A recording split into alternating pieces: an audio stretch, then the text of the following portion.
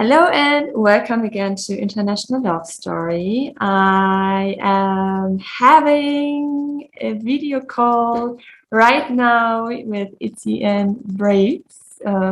So for everyone who's listening right now, you might also want to check out our new YouTube channel. It's International Love Story, to see both of them sitting in France right now. And yeah, welcome guys. I'm very, very happy to have you in the podcast today. I'm very looking forward to get to know you a little bit better, even though I know a few things about you already. But before we start, just go ahead and introduce yourself. Who are you? Where are you living? What are you doing? Tell us all about you. So I am Itzi, but I go by Itzi. I am living with my husband in Paris right now, and I'm a first-year master's graduate student studying human rights and humanitarian action. And I'm Brice, so I'm Itzi's husband. I am right now working, so I just graduated from a master's a few years ago. I had a few work experience in the US, but now I'm working full-time in France right now. Mm-hmm. And you recently moved to France, right? Yes, we did, and that was quite a journey. So we actually met in the US. I was doing a domestic exchange program for my college in North Carolina, and I did the exchange in DC. And he was doing an international exchange from Strasbourg in France in DC. So we met at that college over that semester. And then from there, he stayed in North Carolina for my final year of college. And after that, we figured out a way to live together midpoint. We actually couldn't find a job in the same city, and maybe we'll get into this a little bit later. But because he was on an extended student visa, it was really complicated for him to find some sort of role, position, job after he graduated in the US. Mm-hmm. And so he got what he could, but we didn't get anything in the same city. It was actually 3 hours apart. And we lived in the midway point of our two jobs. So we were driving an hour and a half in opposite directions every day for a year. And then once Trump, was potentially being reelected and COVID hit, it was just a really big mess for us immigration-wise. So we decided to come to France, but because I'm a Mexican citizen, we had to go to Mexico first. And we kind of got stuck in Mexico for a year, but we're finally here. So I honestly didn't know that your original plan was from the beginning to move to France after the US, and that because of COVID and the paperwork, you had to go back to Mexico?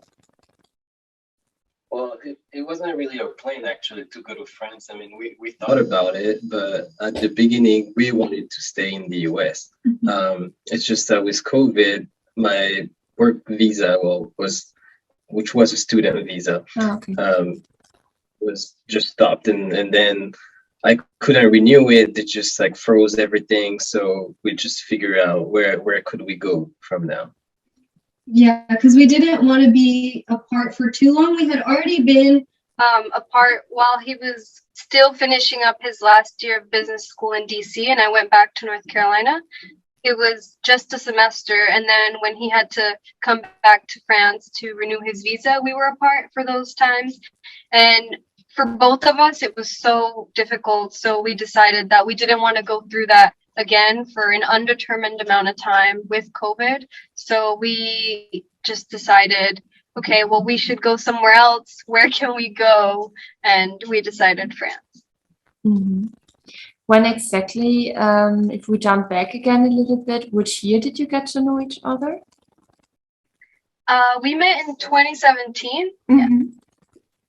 2017. So 2017, 2022, this year, a couple of years already. And I also because I'm a big fan of your Instagram account, and this is also what I would like to talk a little bit more in detail about in the end. But I just see that you have been to amazing places meanwhile together. So it seems like whatever kind of life gives you, you're just making the best out of it. At least this is what I see, and it's very enjoyable to follow you guys, especially your reels, and also like the positive energy you're spreading on social media. So I really enjoy it, and it seems like you guys, as I said before, you basically just did the best out of the situation and figured it out from there on to a place, or to the place where you are at right now. We honestly, most of the time we were together, especially at the beginning in 2017, like our time was limited. So I was always on like a year visa. So at the end, there was always like, well, there's an option that I like can't stay. So we've always tried to enjoy every, I guess, moment that, because we've had like, we knew we had like a limited amount of time.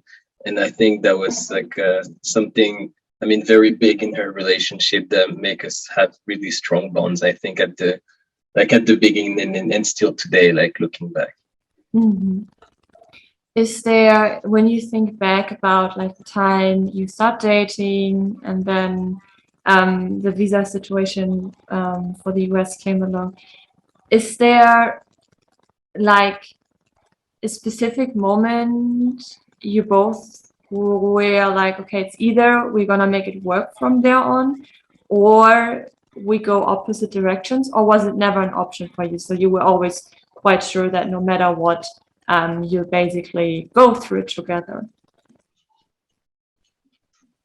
Well, honestly, that was really up to me, because like she could stay. I mean, she was there for like almost her whole life, but it was up to me to decide whether or not I wanted to stay. So by the time I visited her at her house, the first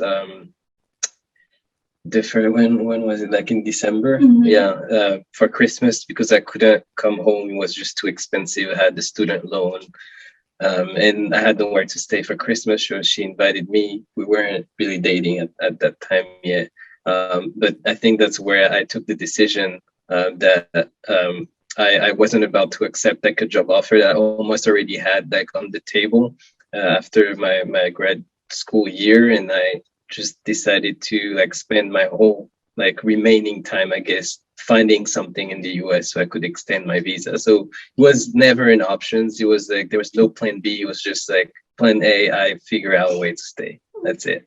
Yeah. And I guess for me, I never thought about it as like Okay, we can choose to stay together or go separate ways.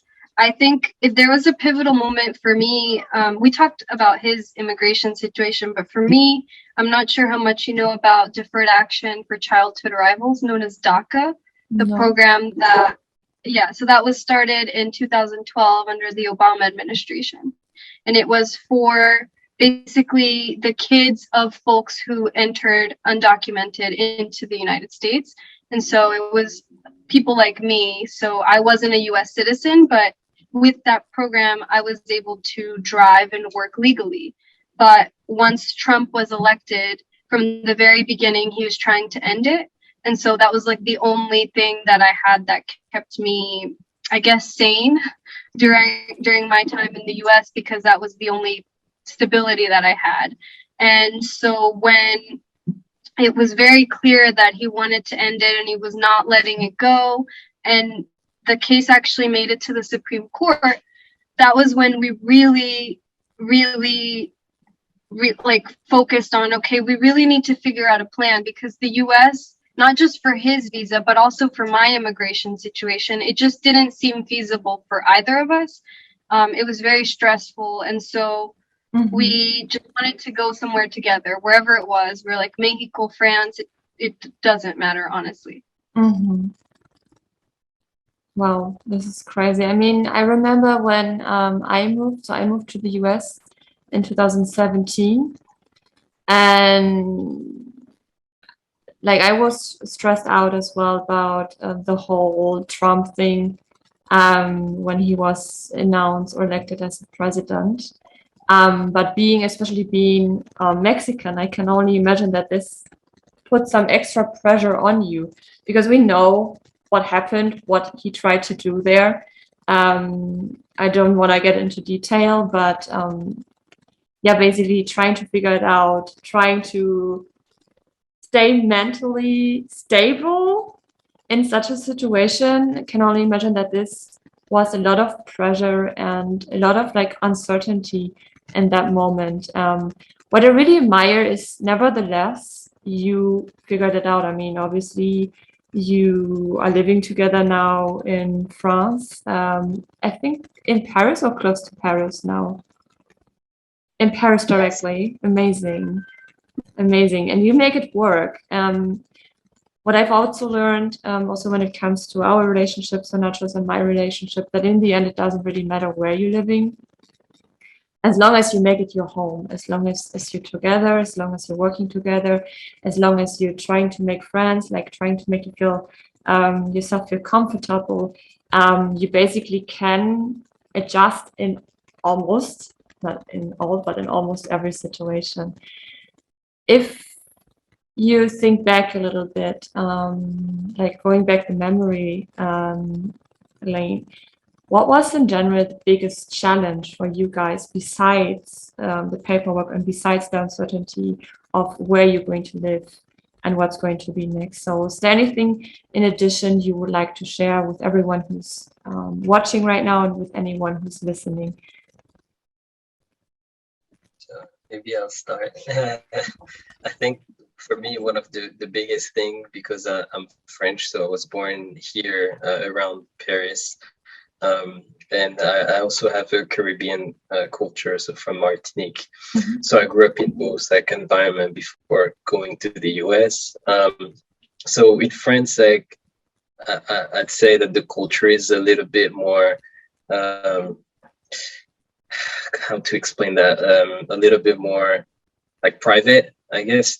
And compared to her culture, where like it's more like everyone is welcomed and open-minded. So it was at the beginning like really hard for me to, I guess, adjust to that type of mindset, because I was used to have my own like my own privacy, my own like things, and just going to her home the first like time where I was like with her brother, and just like everyone was around, and like that's just actually like hard at the beginning.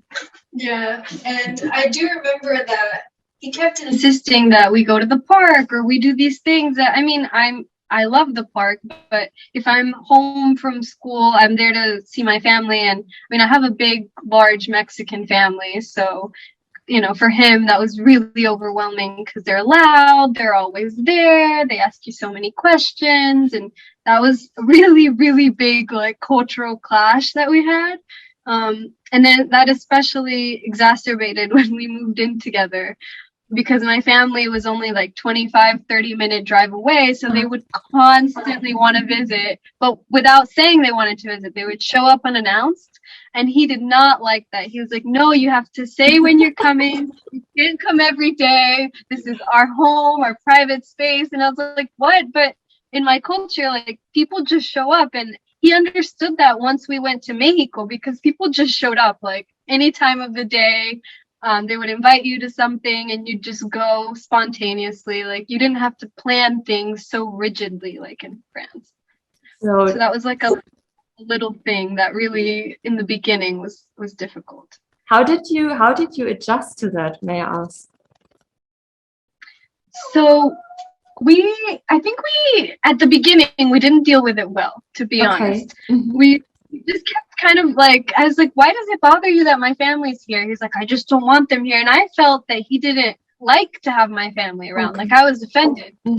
But then once we actually started talking about it, I understood that culturally it was just very different for him. And so I had a conversation with my family and I was like, hey, like, we love to have you. It's great. But, you know, he comes from a different culture, and just at least let us know when you're coming, and like kindly asking them not to come by every day, you know? And so eventually we kind of figured out a middle ground. Okay. Yeah. And how did how did your family take it? So they understood after all. After all, in the end, they did. My mom at the beginning was kind of offended. She was like, "Oh, so you don't want me to come over to your apartment? That's fine. We won't go." So then they just stopped coming. And so then we would have to go over there. So it was definitely tricky to figure out. It wasn't a straight line, but we got there. Mm. And if you think back, Brice, what's like, I mean, because it's a very tricky situation. Obviously, you don't want to offend anyone, but then you also have to have the talk, or Itzi had to have the talk with her family and telling them, hey, listen, were you afraid that it might just backflash at some point to a point where her family might get upset with you, or that you put her between two chairs, like, hey, you have to decide either me or your family, because obviously this is not what you wanted, but it's a very, very tricky situation. Let me say it like this. Right. Yeah. I guess I was never afraid because I'm a very like direct person. I think a lot of French people are that way. So whether you like it or not, I'm just gonna like say it.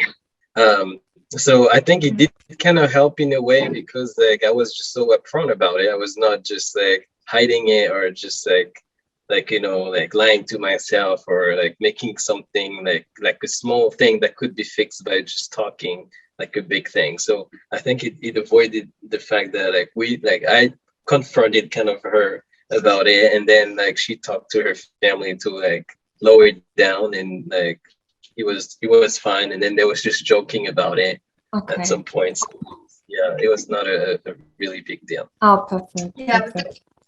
we definitely had other instances. I would say the other time that I would highlight that it was a big issue was when my father, so we had a 2-bedroom apartment and my parents are separated. And so my father at one point, I think we had been living together for like 2 or 3 months, like it was a short amount of time.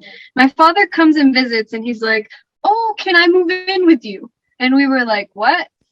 I mean, a little bit surprised, but also again, Mexican culture, like you don't say no to your family if they need to move in with you for XYZ reasons, like no questions asked. And I mean, I grew up seeing my parents open our home to others, and we've lived with other families as well, especially when you're a first gen immigrant in the US. You often don't have the financial stability to just have your own home for your nuclear family. So families come together and live together, and it was normal for me. And so that was a big conversation as well with Brice. That is true. That's true because I grew up more in like a middle class family in France, and like we had our own like home, and I had my own bedroom. So like having her dad moving in with us, where we just had 2 or 3 months like living together, because before she was a student and I had my like condo kind of like in Charlotte, so we really didn't live together before, like we like never basically, and that was just like too much, like with like her family being like really there all the time, and then like that. So that was like a big fight, but then I think at some point I just realized how like fortunate we were, and like she just made me realize like different things, and I just like changed my like perception, because I'm not like too stubborn either. Like I can hear things. Yeah. So you're not stubborn anymore, or you never were stubborn? May I ask? So you adjusted?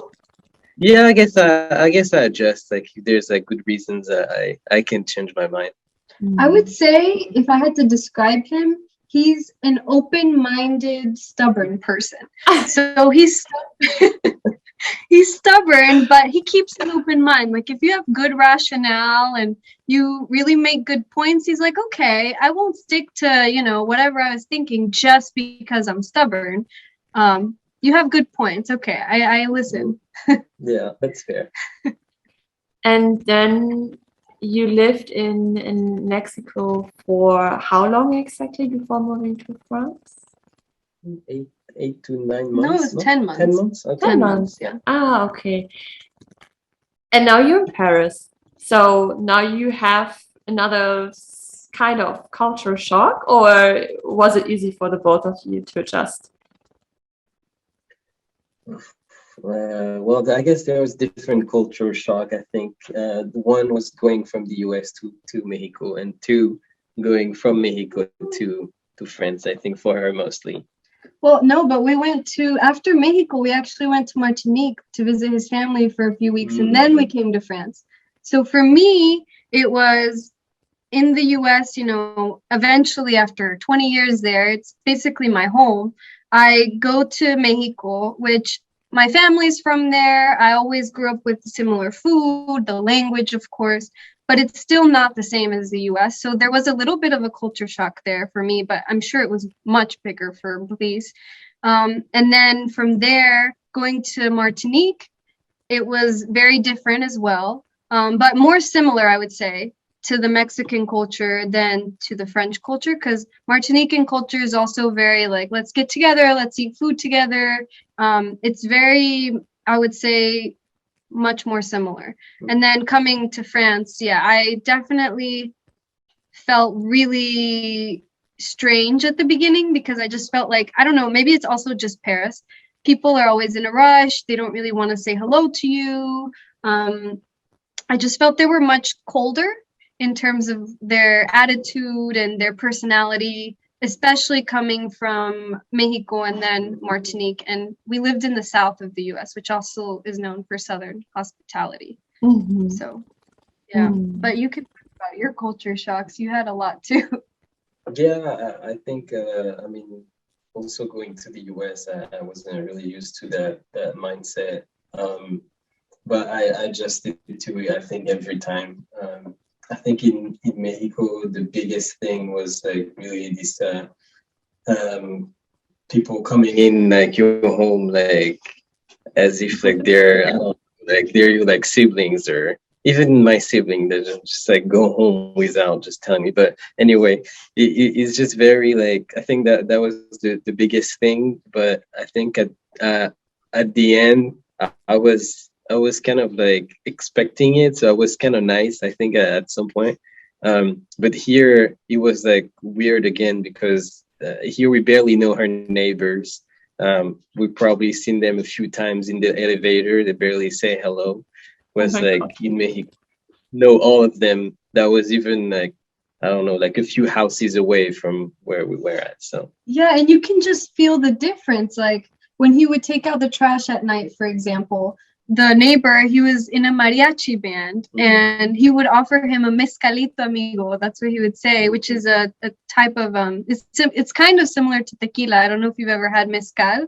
It's a Mexican alcoholic beverage, and it would be like 10, 11, whatever time it was. He would always offer him a mezcal when he was just out the trash, and that was normal, and it was fine. And they invited us to his son's cookout for his birthday, and we barely knew them. I think we had spoken to them like 2 or 3 times before.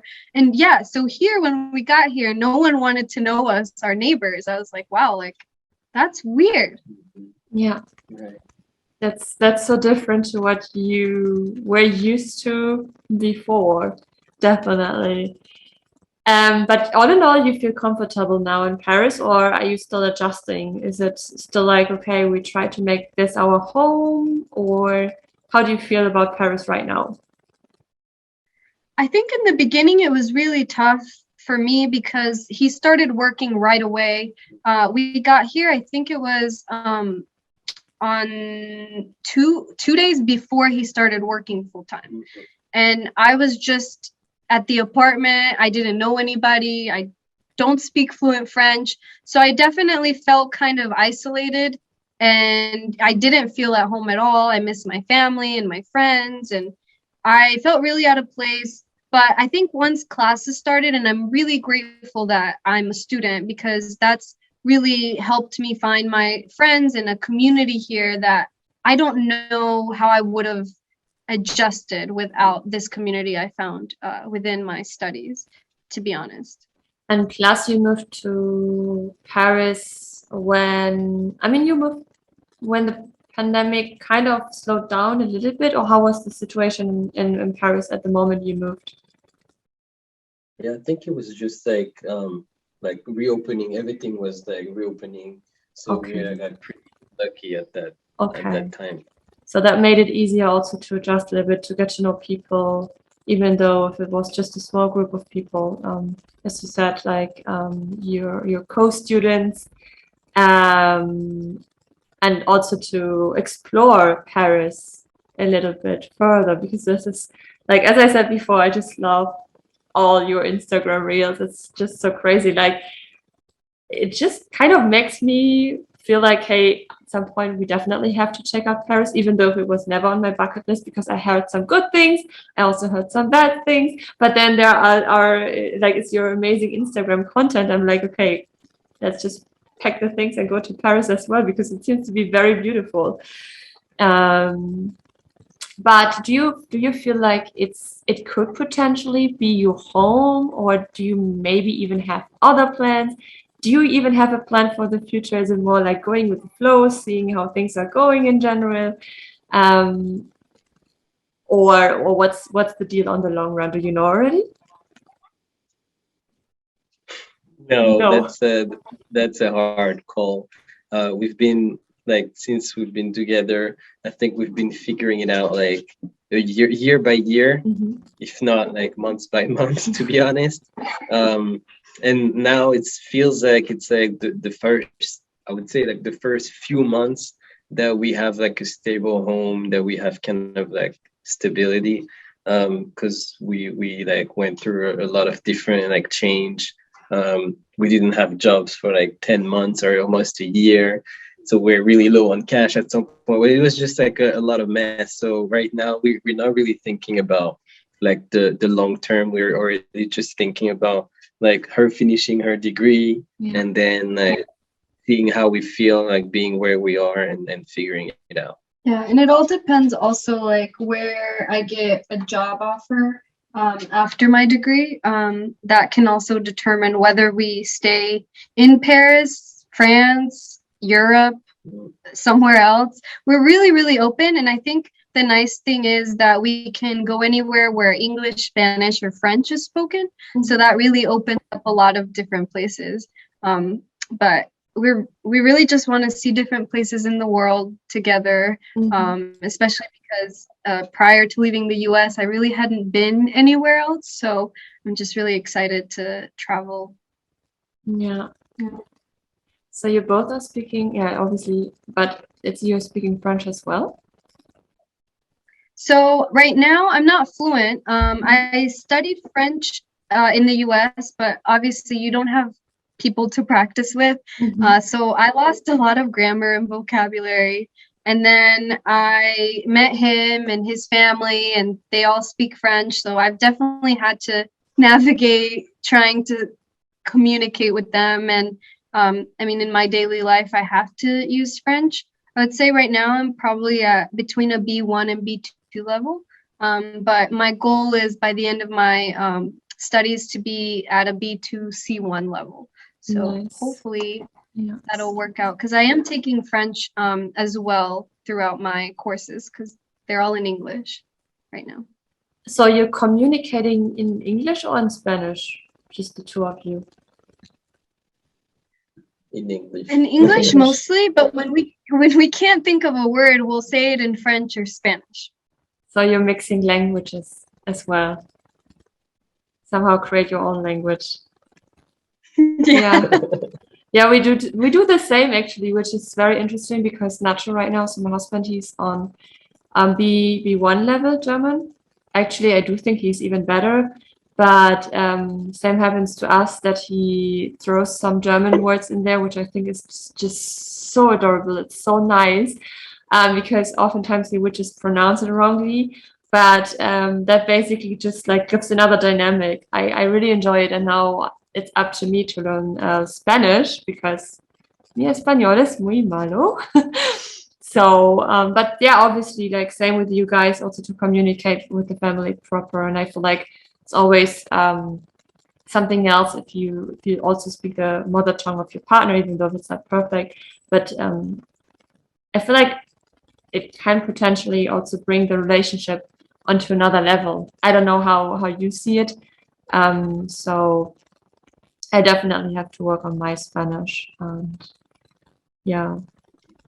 Yeah, it's a big driver, I think, for me that for example, his mom, she can sort of understand English, but she can't speak it at all. So if I want to communicate with her, I have to speak in French. And so I think for me that actually helps to push me to really learn it. If I want to have a deep conversation with his mother, I have to be able to say it in French. And so I think that can definitely like deepen our relationship and the conversation topics that we can have.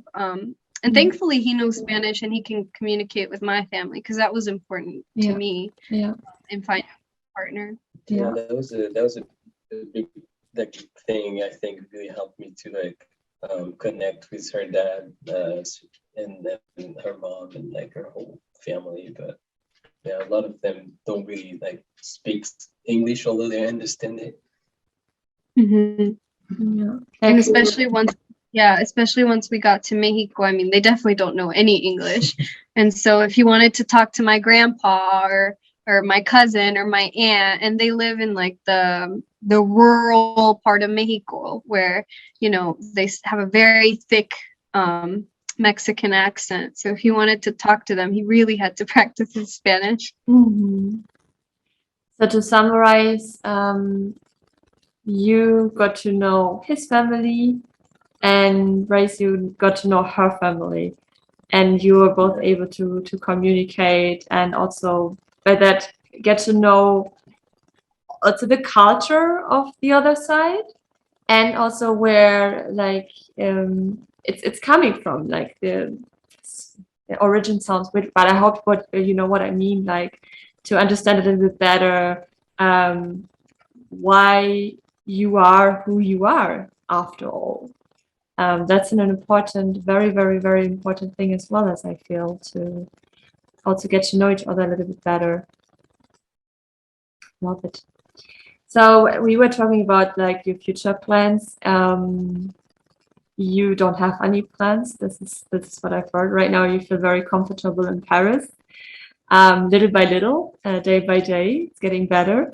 But once again, if you summarize the last few years to everything you have been through, I mean, right now we're just scratching the surface of cultural differences, which I think is a bigger topic in general. And I'm really enjoying that you're so open-minded when it comes to that. Trying to might even help others who are in a similar situation when it comes to moving to his or her home country, you know, trying to communicate, trying to integrate the culture shock and everything, that this is normal, that this is part of such a relationship, obviously, and that you have to figure out a way to deal with it. I guess communication is a big part of it as well. But if you summarize the last few years and your learnings out of it, out of how you grew, what advice is it you would like to give to anyone who's listening right now and to anyone who's watching on YouTube right now? So I think the biggest things for me that I've learned being in the relationship with Brice would be two things. One, don't jump to conclusions, and two, ask questions. Before you jump to any conclusions, like you might think you know why, but you honestly could be totally off base. So I think it's better to just ask questions and be like, well, why do you think that? Or, oh, well, you said this, but did you mean this? Because this is how I interpreted it. And so also because English isn't his first language, French isn't my first language. And so when we're speaking to each other's families, and if he's speaking to my family, sometimes a comment that our family member could make could rub us the wrong way, but they didn't mean it like that because, again, it's not our first language. So maybe we misunderstood something, which has happened.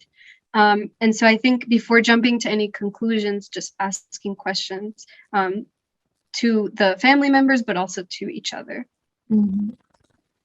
Yeah, I think the biggest thing, one thing we did before getting married, because I was kind of all rushed. We basically got married because I didn't want her to take the risk of not being able to be in France. And I was sure we would be married at some point, but that was kind of rushed.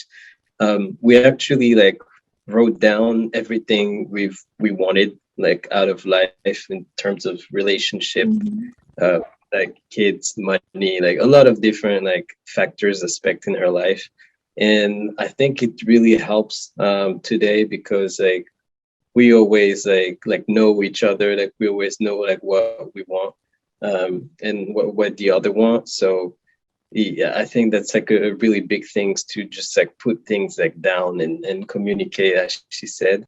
And the second thing I think is just taking actions and risk. I think she made me, I think from her culture and her personality, I think she made me take more risk and actions. And whether it's to just, take a trip together, do something very spontaneous, or just do things that you've always wanted to do. I think that's two big things for me. Wow, this is very deep, actually. I mean, you guys writing down your goals in life, the basics when it comes to family, where you see yourself in the future. That's I've never heard that before, to be honest. But that was basically the first step before you got married, to make sure you're on the same page, right? Yeah, that was to make sure that before we got married, we knew what we wanted long term. Did we want kids? How many? If we did, what religion, if any, did we want to raise them in? All of these different conversation topics that a lot of people maybe have throughout their relationship, which of course we were having, but we set aside a time to really talk about it for, I don't know how long we had the conversation. It's probably around 2-3 hours, where we really dug deep into why we thought certain things. And so even if we didn't have the exact same answer, just being open to what the other thought. And then we actually made it a tradition. We don't do exactly that, but once a year, at any point throughout the year where we feel like it's the time, we talk about, well, what are our short-term goals, long-term goals, in terms of our relationship, professional goals, fitness goals, whatever it may be, travel goals. And I think that really helps us keep each other accountable to our goals, but also keep us on the same page, see how we've changed our minds or not, or how we're growing. And it really helps, I think, me at least. I don't know about you. We actually just did it a few weeks ago. Yeah, before 2021, a few weeks ago, Wow. Or 2022. Yeah, 2022. But it's funny because this thing that we did, it's actually connected to the first time I visited her in Sanford, because it's it was a book, kind of in her old books that her dad had from one of his friends. That was I was really into personal development at this point, and she lended me this book. She let me borrow this book that I read, and I found this piece at some point that was a really big things on life goals and family and getting married, and I was that's a good idea. So it's kind of all connected in a weird way. Yeah, we have it. The doggy. Oh. We have the book. In case I thought you're looking down to the dog. So what does it say? The gift? The gift of success and happiness. It's transforming your life through business processing principles. But I mean, it's very like personal development, but there's this one exercise in here actually. And it's this whole table that we actually did together. Interesting. I think maybe I did. Oh, here. So it's a marriage compatibility worksheet. Wow. Yeah, and so it's major decisions, financial decisions, time decisions, what makes you happy and what goals you have. Wow. It's really extensive. We really, really like to go through and look at these. Yeah, especially as you said, I mean, you don't have a plan when it comes to where you're going to live, like, and at what time, if you settle down, or where you settle down, and all those questions other couples might have said already, because the constellation is just a different other way of living. But then this is your goal. So you don't always have to have a goal about like, where am I going to live? It's more about, like, as you said, about your mindset. Are we on the right page? What are we, when it comes to family, what are the basics? Like, what is important to me? What's important to you? Is it still important to you? Or did it change within the last few months? Why did it change? Like all this. It's actually very interesting because Nacho and I, we've just talked about the same topic 4 days ago. Really, because we have the same, like, we don't know where we end up. We don't know if we settle. We don't know where we settle. Like, you know, there's the problem of, obviously, like, my family's in Germany, his family's in Argentina. His family wants us to move here. My family wants us to stay in Europe. But honestly, we don't know what's going to come, which is great to just see what's going to happen, to be open towards anything. And I also believe, like, a little bit in about, like, the energy you're sending in the universe, that eventually will come back to you. But then it can also be very overwhelming, because I often feel like, especially when it comes to social standards, so to speak, that people will not always understand why you are thinking the way you're thinking, because you are not normal in many folds. For them, you're not, you know, because you're living a different lifestyle. And then what we did a few days ago is basically talking about the exact same topic. Like, are we still on the same page? Even though if we don't know where we're gonna live at some point, what is your lifetime goal? Where do you see yourself in a few years? Doesn't have to be connected to a country, but connected to, do you want family? Do you want a house? Will the house have a garden? And I was thinking, okay, what plants am I going to plant? How will my garden look like? You know, like stupid things like this as well. And it helped us a lot, basically, to focus again and not to get lost. Because sometimes I feel lost, to be honest. I don't know if you feel the same, but this is basically just a way to ground ourselves again. Exactly. I mean, I feel like, what you said, we're getting pulled in different directions, so many different directions by his family, my family, his friends, my friends, society, of what we should do, what we shouldn't do, where we should live, where we shouldn't live. And I definitely feel like you're right. This is a very grounding exercise to be like, okay, let's block out all of that external noise and let's really have this conversation one-on-one with each other. Like, what do we want? Not what does everybody else want? Like, what is it at the end of the day, you and me? Yeah.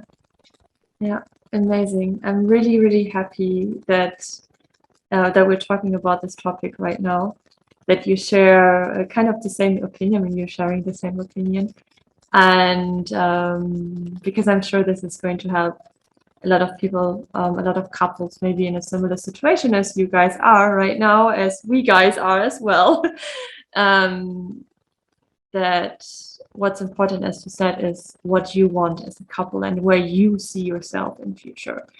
And everything else you'll be able to manage as well, as long as you communicate it honestly and openly, also towards family and friends.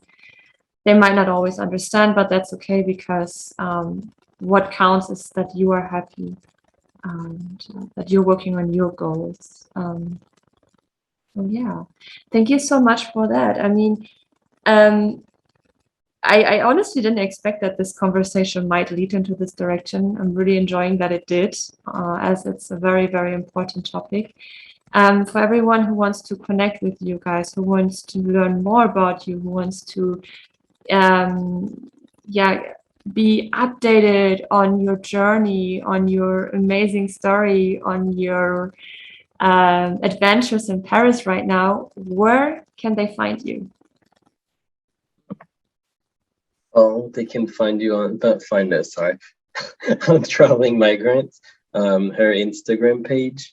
We also have a website that we've been kind of working on lately, just to, because I think, I mean, international experiences really like transform the way we've seen things.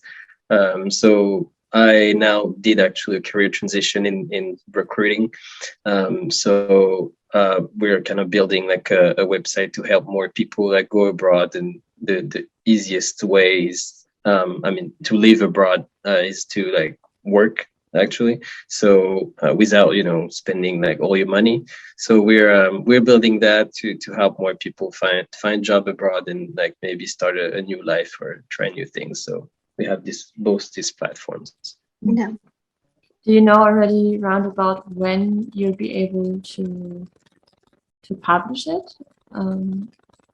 Everyone Oh, check it out. yeah, that is already published. It's been published for about a year, but we haven't we haven't done a lot of I would say like advertising on it yet, because we were actually in the process of kind of building out the site as we go. And so once it got to a place where we felt like, okay, it's good enough, or it has enough content for us to really put it out there, we haven't really done a lot of like getting the word out. Yeah.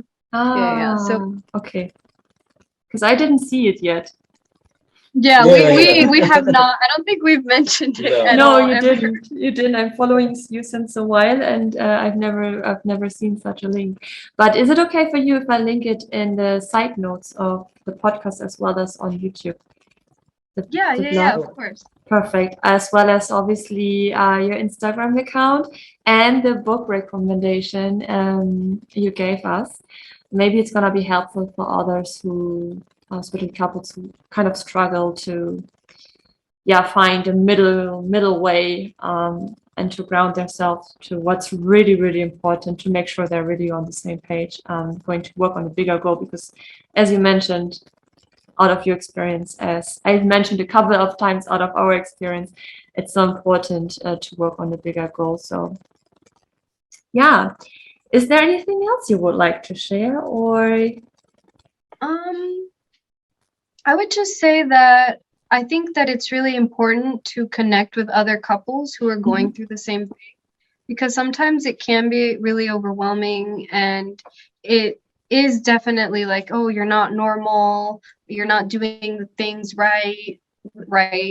And so just finding a space, whether it's on Instagram or through a podcast or wherever it is, just connecting with other couples that have similar experiences. I think this conversation just really helps me to remind me that we're not alone in this. There's other couples going through this, and there's a community out there.